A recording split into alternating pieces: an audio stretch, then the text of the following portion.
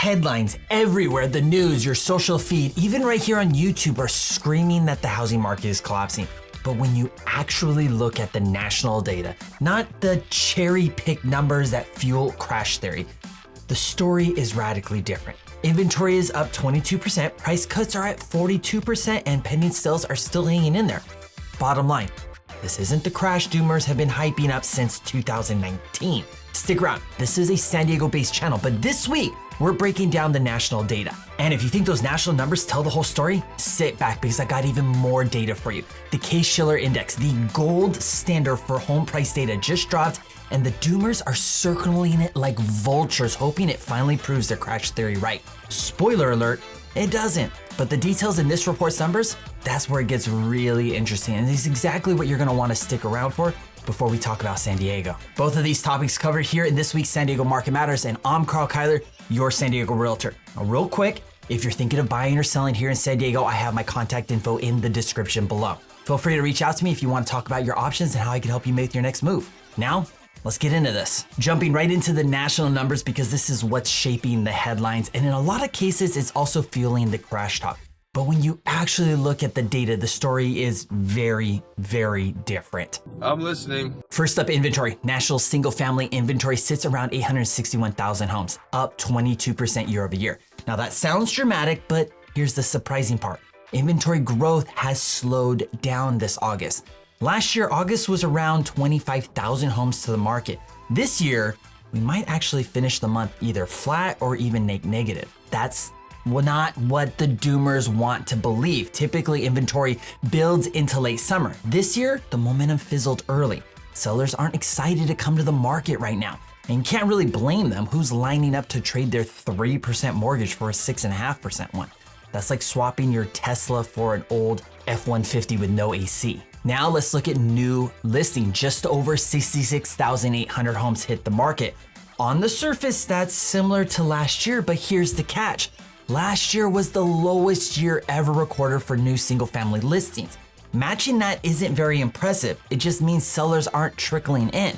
This is not a flood of new supply. It's barely a trickle. And this kind of trickle is only a concern for older men because it's usually a sign that a colonoscopy is needed. My colonoscopy had more viewers in this show. Price reductions are where the headlines get really loud right now.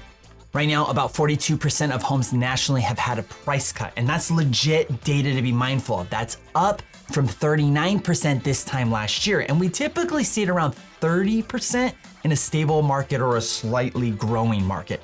The easy take is to say that, see, prices are crashing. The truth is that sellers are just blinking first. They're overshooting at list price, testing the market, and then cutting back where buyers are willing to engage. If you only look at the price cuts, yeah, it looks scary. But if you look at the closed sales and the price growth alongside it, you'd see the whole story. That's why the doomsday crowd keeps getting this wrong. They cherry pick the scary stuff and then ignore the whole picture. Next, we got pending sales. We've got 376,916 homes under contract. That's slightly above the 367,000 at this time last year. So demand is still there, just not aggressive. Buyers are picky, they're getting cautious, and they're not in a rush. And honestly, I don't blame them. Shopping for houses at today's rates is like browsing at Gucci when you know you've only got a target budget. You're interested, but you're not rushing to pull out your wallet. Next, on the financing side, the spread between the 30-year mortgage rate and the 10-year treasury has narrowed a bit. It's now at 2.26%, down from 2.4 a couple of weeks ago. That's a move in the right direction, but it's still wide compared to historical norms. If you're not familiar, mortgage rates tend to follow the 10-year treasury. The spread is the difference between the two, and right now it's still pretty wide. Until this gap gets closer to 1.5%, mortgage rates are gonna stay elevated. So yeah, it's eased a bit, but not enough to really move the needle yet. Mortgage applications are basically flat from the week before. But if you look at the 10-year treasury and mortgage applications side by side, you'll see that when the spread started to shrink a couple of weeks ago, applications ticked up. And what happened then? Well, the almost 300,000 job revision from the Bureau of Labor Statistics that flipped the market pushed mortgage rates down to 6.5% back then. So what's the takeaway here? Well, the market is flattening out and it's doing it earlier than expected. And honestly, there's nothing sexy about the market right now to encourage either buyers or sellers. Rates are still high, so sellers aren't motivated to move. Prices and rates are still up, so buyers aren't thrilled to jump in. And here's a fun fact that doesn't fit the crash narrative. About 40% of homeowners across the entire country don't even have a mortgage right now. So the idea that we're about to see this flood of desperate sellers hitting the market, that doesn't hold up. Something big has to shift to tip the market. Either the economy goes down the tank, and no, higher credit card debt isn't a sign of that happening, or interest rates have to come down. Because when they do, affordability improves, demand jumps, and historically, home values climb shortly after. Bottom line, this is not a crash. This is more of a neutral market, if anything, a stalemate, if you will. And when you zoom in, you'll see some metros with negative growth and others with positive growth and everything in between. And that's why next week I'll be breaking down the August numbers specifically for San Diego. So hit subscribe now if you haven't already, that way you don't miss us, because that's where you'll see how all of these national trends are really coming together to impact us here in San Diego. Now let's take a look from another angle on home prices. The Case-Shiller Index recently dropped, and that's where things get even more interesting. The Case-Shiller Index is basically the gold standard for tracking home prices in the US, and here's why it matters. Most of the headlines you see are based on listing data, asking prices, or pending sales. That's useful, but it's not the final word nor the bigger picture. The Case-Shiller looks at more, way more data, like what homes actually sold for, and it's built upon repeat sales of the same properties over time. That makes it one of the cleanest and clearest ways to see real price trends. The report breaks down into three main pieces: the national index, which is the big picture of US home prices. Then there's the 20 city composite, which averages prices across the 20 largest metros. And then lastly, you have the 10 city composite, which is a narrower group of the biggest, most expensive markets like New York, Los Angeles, and San Francisco. Why is this important? Because those big cities often lead the trend, and due to their density, this gives us some insight to buyer and seller sentiment to some degree. If the 10 city composite starts moving sharply in one way or another, it's usually a preview of what the broader market might be doing. The 10 city composite smooths things out by including more markets, and the national index is your broadest view. Put together, these give us a much better sense of the housing market than just looking at one city or one single data point. So where are we now?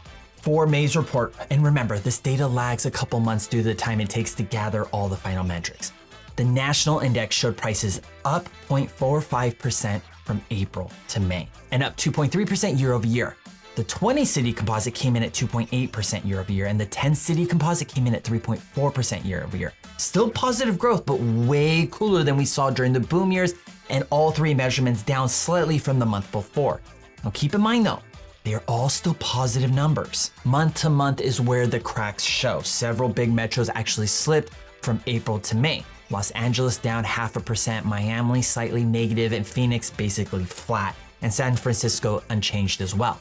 In San Diego, barely positive, 0.013%, essentially flat. Now, perspective is everything. If you look back for as long as the Case-Shiller Index has been tracking, there's only been one true nationwide price collapse, 2006 to 2012 when the mortgage crisis hit. Prices nationally fell about 27%, and in the big metros it was closer to 35%. Since the trough of 2012 though, prices are up over 147% nationally, which is why, unless we see another mortgage crisis, history shows that home prices usually move sideways for a while, but they don't crash. So no, doomers, this isn't 2008 2.0, unless your crash theory depends on the entire mortgage industry spontaneously combusting again. And let me stop you right now if you're going to reference credit card debt at an all-time high. Please just stop. So what's the takeaway? The Case-Shiller Index is showing slowing growth, and some markets are flirting with flat and negative numbers. But slowing is not crashing, folks. This is just a market cooling under high interest rates. For San Diego, Case-Shiller shows we're basically flat month to month, still up just over 5% year over year though. And next week, I'll break down the August San Diego numbers specifically so you can see how this national cooling plays out here locally. And that's a wrap for this week's San Diego Market Matters. Be sure to like and subscribe if you haven't already. Next week, I'll do the deep dive into the San Diego data, which you're gonna wanna be around for. In addition, I'll have 2 other videos pop up in both of these corners if you're looking for more info on the San Diego market. As always, I'm Karl, your San Diego realtor. I'll see you in the next video.